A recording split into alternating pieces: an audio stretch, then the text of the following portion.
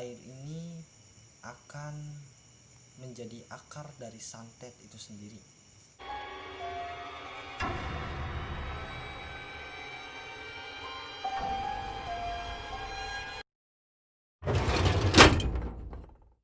Assalamualaikum warahmatullahi wabarakatuh. Perkenalkan, nama saya Restu Wiratmaja selaku penulis dari Treat Santet Malam Satu Suro. Hari ini saya akan mengklarifikasi tentang kebenaran dari cerita tersebut. Banyak dari beberapa netizen seperti dari Twitter, Instagram, Facebook, bahkan WA sendiri menanyakan tentang kebenaran dari cerita tersebut. Nah, sebelum itu saya akan membacakan antusias dari para pembaca yang telah membaca treat ini. Yang pertama yaitu dari Karena Because. Dia mengatakan akhirnya tamat juga, merinding deg-degan saat baca tweet demi tweet. Keren asli, gak nyangka aja bakal mati semua. Emang niatan yang didasari kejahatan tidak ada faedahnya. Terharu. Yang kedua dari Mbah Kromo Karyodianto. Mengapa si Sabto abis nusuk mertuanya gak langsung balik ke kamar nemenin bininya, kan kasihan lagi hamil. Gue gede banget sama Sabto. Yang ketiga dari Yenot 98. Saya bela-belain bikin Twitter cuma buat baca cerita lanjutan ini. Kemarin gak tamat baca di FB, ada yang nge-up gitu tapi hilang tiba-tiba. Duh, campur aduk perasaan bacanya. Selanjutnya dari Asri. Ceritanya panjang dan kengerian dari Santet Malam Satu Suro kurang diperlihatkan dengan kuat. Sayang sekali, padahal ini kisah lama yang terulang, namun suasananya kurang mencekam. Yang selanjutnya yaitu dari Amanda. Akhirnya bacanya selesai juga. Astaga, semalam baca ini kepala pusing, mual juga. Pagi ini juga masih ngerasain. Lalu dari Amisaha. Baca bikin merinding tapi penasaran walau tahu akhirnya semuanya mati. Nah, selain dari Twitter, saya juga dapat DM dari salah satu followers yang bernama Zulkifli. Dia itu ngefollow saya dan dia juga memberikan DM kepada saya yang isinya begini. Permisi Mas, saya di sini bukan mau share story atau apapun. Saya hanya kepengen berterima kasih.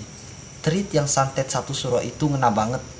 Bukan hanya dari segi horornya, bahkan lebih dalam dari itu. Saya pribadi sampai menangis sesenggukan ngikutin jalan ceritanya. Ya karena itu pengorbanan yang ada.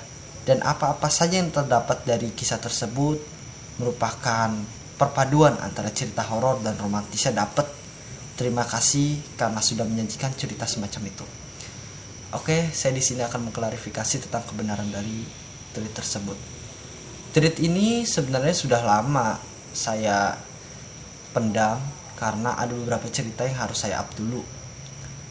Tepatnya pada tanggal 21 Agustus 2020 saya update tweet ini dan banyak sekali followers saya yang antusias ingin membaca dari tweet ini. Jadi tweet ini bermula ketika si Sabto ini berdekatan dengan si Citra, yang mana Citra ini merupakan teman dekatnya si Sabto. Namun setelah menjelang hubungan yang sangat lama, Citra ini bingung karena Sabtonya ini berubah, tidak seperti biasanya. Usut demi usut, ternyata Sabto ini dijodohkan oleh orang tuanya, yang mana jodohnya itu sendiri adalah teman dari ayahnya yang anaknya bernama Kirana. Kalau kebenaran dari cerita ini saya dapatkan dari teman bapak saya, yang kebetulan waktu itu saya sedang berada di rumah dan mendengarkan cerita langsung dari teman bapak saya ini. Jadi pada tahun 1980, tepatnya di daerah Jawa Tengah, dan si narasumber ini tidak menunjukkan atau menjelaskan letak di mana kota atau desa yang disebut dengan desa anti santet itu. Jadi desa anti santet itu bermula ketika tahun 1955 ada sebuah santet yang dikenal dengan sebutan Santet Malam Satu Suro. Santet itu menyerang tepat di Malam Satu Suro. Nah, yang menjadi korbannya itu sendiri adalah keluarga Pak Suroso. Nah, Pak Suroso ini mempunyai adik yang bernama Pak Romo. Ketika santet malam satu suro itu dilayangkan oleh seorang dukun, yang mana dukun ini ternyata menyukai istrinya Pak Suroso yang bernama Bu Yati. Mungkin jodohnya sudah berada di Pak Suroso. Akhirnya Bu Yati pun menikah dengan Pak Suroso. Namun si dukun tersebut yang bernama Pak Sumerep itu tidak terima. Lalu dia pun menyerang keluarga Pak Suroso dengan sebutan dengan santet, yaitu santet malam satu suro. Hampir semua keluarga dari Pak Suroso meninggal dunia, kecuali Pak Romo dan Pak Suroso sendiri.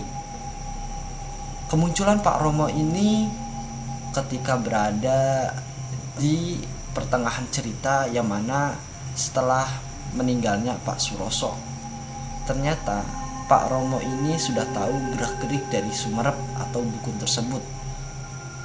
Alhasil, 1 hari sebelum santet malam satu suro itu melayang atau mengenai keluarga Pak Suroso, dia kabur dari rumahnya dengan alasan ingin merantau. Padahal dia tidak merantau, dia hanya ingin mencari titik kelemahan dari Pak Sumerep itu, atau dukun yang menyerang dari keluarga Pak Suroso. Nah, Pak Suroso ini punya tangan kanan yang bernama Pak Ramli. Pak Ramli sendiri ini menyukai anaknya Pak Suroso yang bernama Kirana. Jadi ketika Kirana ini dilahirkan, dia langsung suka, entah apa motifnya, tapi dia langsung jatuh cinta kepada Kirana. Setelah Ramli mengetahui bahwasannya Kirana akan dijodohkan oleh Sabto, akhirnya Ramli ini merasa sakit hati. Nah, bertepatan dengan itu juga, Citra memberikan clue atau tanda-tanda akan diserangkannya santet malam satu suro kepada Sabto. Cluenya berbunyi seperti ini.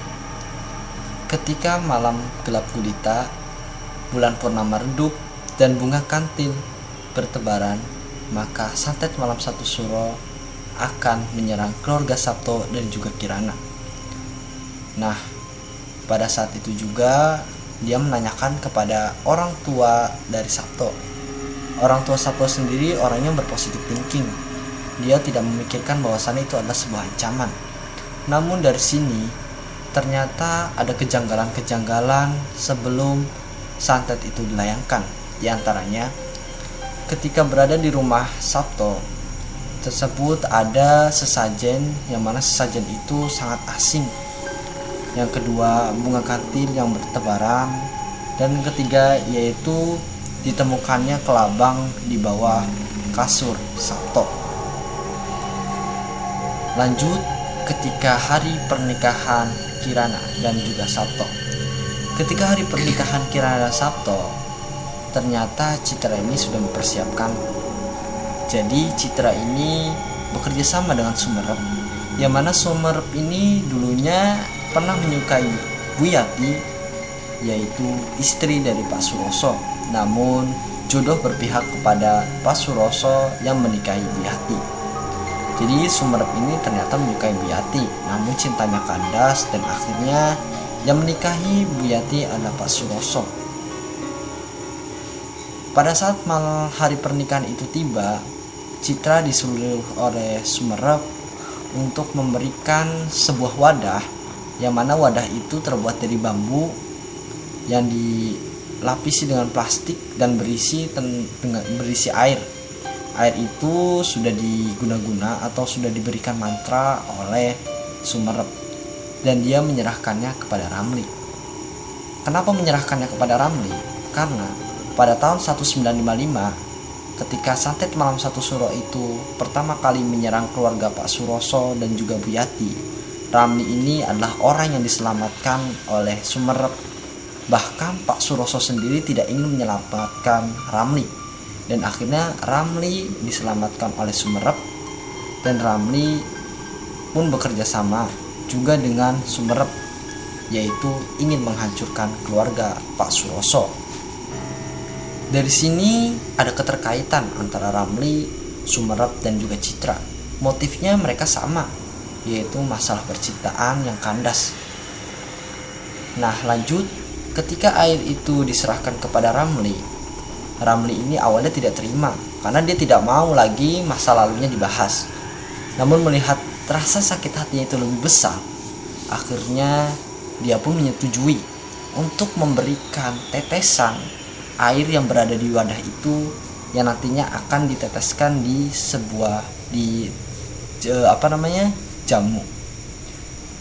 Jadi ketika acara resepsi selesai, Pak Suroso, Bu Wati, dan juga bapaknya dari Sabto ini, dia itu merasa capek-capek atau pegal gitu.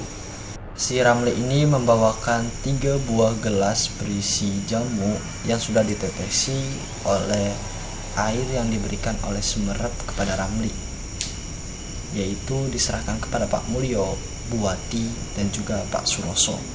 Nantinya ketiga air ini akan menjadi akar dari santet itu sendiri. Nah, setelah meminum, awalnya tidak ada efek sampingnya. Namun beberapa menit kemudian, ketiga orang ini merasa pusing, mual, dan perutnya kesakitan.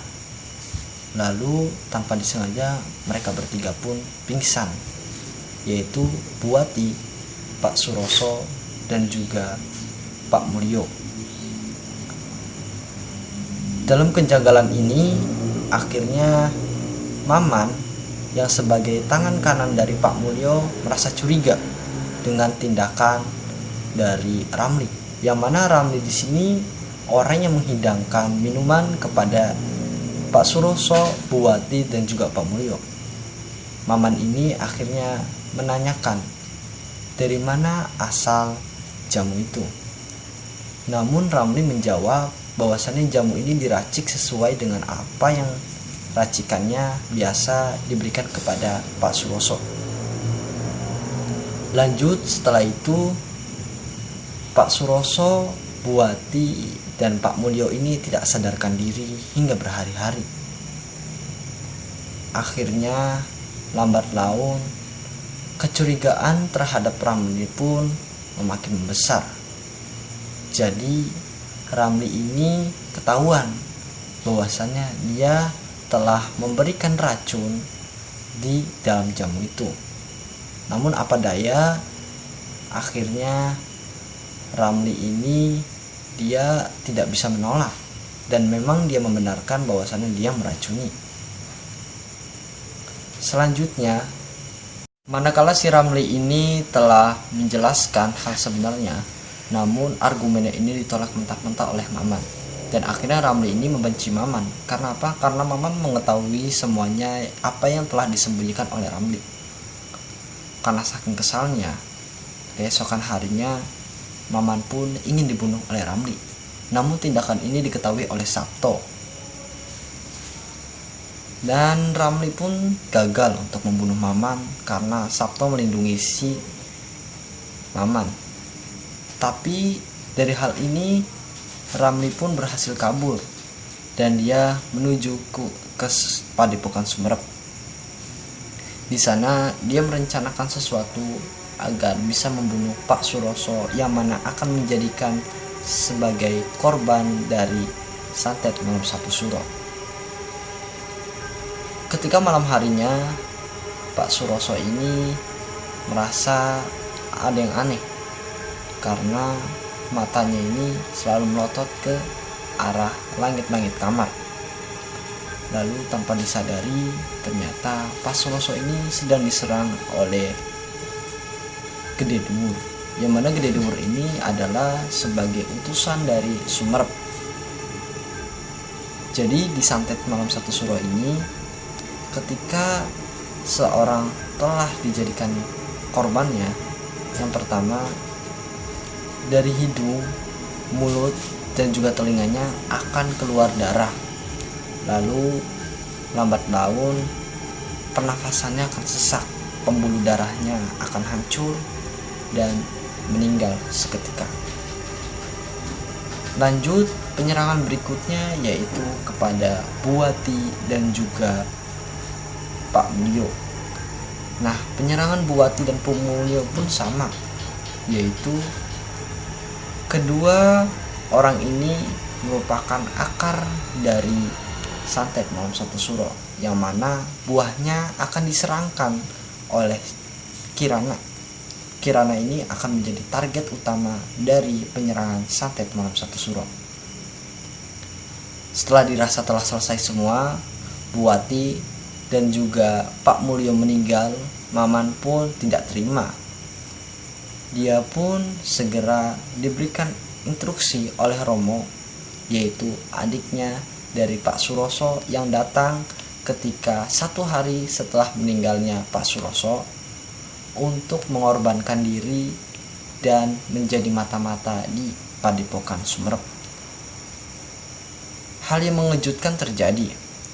Ternyata di Padepokan Sumerep ini banyak sekali barang-barang yang menjadikan sebagai buhul atau tali gaib dari Pak Sumerep untuk mengikat korban-korbannya. Bahkan dari tahun ke tahun barang-barang itu tetap ada. Dan salah satunya adalah barang-barang dari keluarga Pak Suroso, keluarga Pak Mulyo, bahkan dari mamanya sendiri. Nah, dari sini saya akan menjelaskan lebih jauh mengenai santet malam satu suro. Santet malam satu suro ini memiliki aturan bahwasannya yang bisa menyantet adalah orang yang diberikan mandat atau orang yang ahli dalam bidangnya. Jadi tidak sembarangan orang yang bisa menyantet. Jika yang menyantetnya ini bukan orang yang memiliki keahlian, maka orang itu akan meninggal dunia. Nah, si Ramli ini ingin membunuh Maman. Dengan cara apa? Yaitu dengan menggunakan santet. Alhasil, karena Maman ini tidak dimandatkan untuk menyantet, akhirnya Maman juga dan Ramli meninggal dunia. Lanjut kepada si Sabto. Sabto di sini diberi strategi oleh Romo untuk membunuh Bu Yati. Kenapa membunuh Bu Yati? Karena setengah dari kekuatan Sumerep itu diikatkan kepada Bu Yati. Jadi ketika Bu Yati ini dibunuh, maka Sumerep, setengah kekuatan dari Sumerep ini akan menghilang.